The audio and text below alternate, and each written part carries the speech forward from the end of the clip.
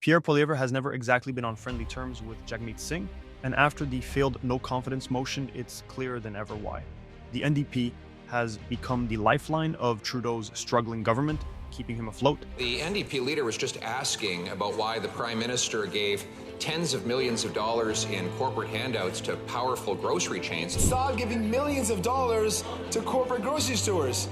When will the Liberals, when will the Prime Minister stop giving big grocery a free ride? The answer, of course, is that he voted to let the Prime Minister do that. Not a single penny of that money could have gone without the vote of the NDP coalition partner. It's now clear that the NDP has secured certain perks in exchange for propping up the Liberal government.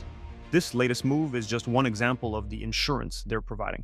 We learned something else, that this might have been due to the influence of the NDP leader's spokesman and brother, whose company is a lobbyist for Metro. When criticizing the current government, Poilievre makes no distinction between the NDP and the Liberals. To him, they're one and the same, jointly responsible for Canada's inflation crisis.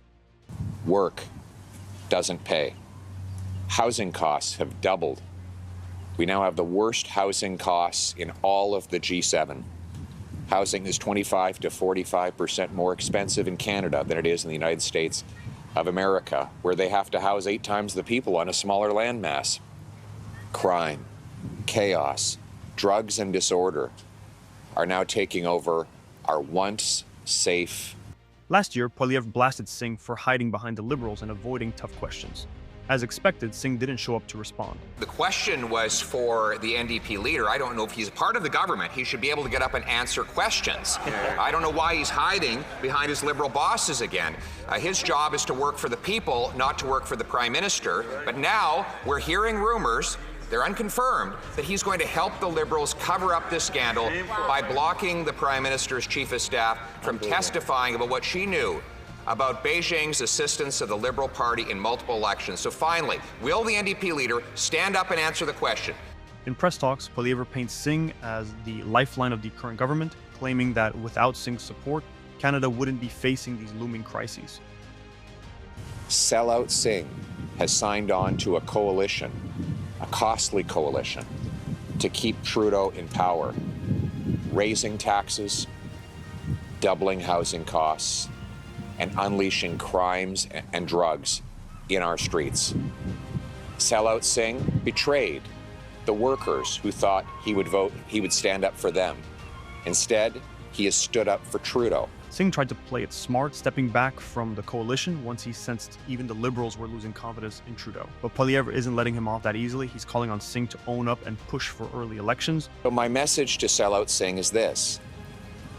If you're serious about ending your costly carbon tax coalition with Trudeau, then commit today to voting for a carbon tax election. The Liberals have let people down again and again, and they are done. It's clear from the results of the election last night. The Liberals are done. Singh senses the political shift and is distancing the NDP from the Liberals, criticizing both major parties as corporate manipulators. But this doesn't stick when he's backing one of them. This Prime Minister, they know they're getting ripped off, and they know the reason for it. Today, rent is doubled, grocery prices are sky high, and we're paying some of the highest cell phone bills in the world. The reason is because of corporate greed. This Prime Minister refuses to take it on, and the Conservatives, they're afraid anytime we mention corporate greed because they want to defend those corporations. In the past, too, Jagmeet hasn't been a fan of Poilievre's policies, finding them appealing in theory but unrealistic in practice. Leader of the opposition who thinks you can magically opt out of the inflation by buying cryptocurrency, which ended up tanking and hurting people. So you got say nothing and do nothing, and New Democrats who force this government to put more money in your pockets. But my question is, what took this government so long to act when people needed respect and support? Singh's $2.2 million pension has been a hot topic recently, with accusations that he's been compromised by it. Poilievre has been outspoken about this, whether in the press or chatting with everyday people. He gets his pension, Trudeau gets power, you get the bill.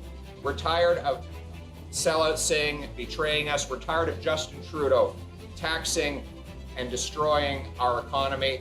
That's why we need common sense conservatives to axe the tax, build the homes, fix the budget, and stop the crime. In a new letter to the NDP's leader, Pierre Poilievre's demanding Jagmeet Singh drop his deal to support the Liberals and trigger an election in October of this year. Jagmeet Singh is trying to delay the election until after February of next year. The recent delays to the January start only strengthen Poilievre's claims. He repeats this everywhere, not just to plant it in the minds of the public, but to make NDP supporters question Singh and push him to call for elections. Let's be honest, Jagmeet Singh is only concerned about his pension. I mean, let's cut the crap, right? He has to wait until January of 2025 to be eligible for a pension. So he's worried that if the election happens and he loses, he won't have a pension. So he's making everyone pay the massive bill of keeping Justin Trudeau around so that he can get to pension eligibility and continue to fund his fancy suits and watches and Beamers, and that's what he's all about. It's a greedy position, but that's what you got with Jag and Justin, a costly coalition that tax your food, punish your work, take your money, double your housing costs, and unleash crime and chaos in your community.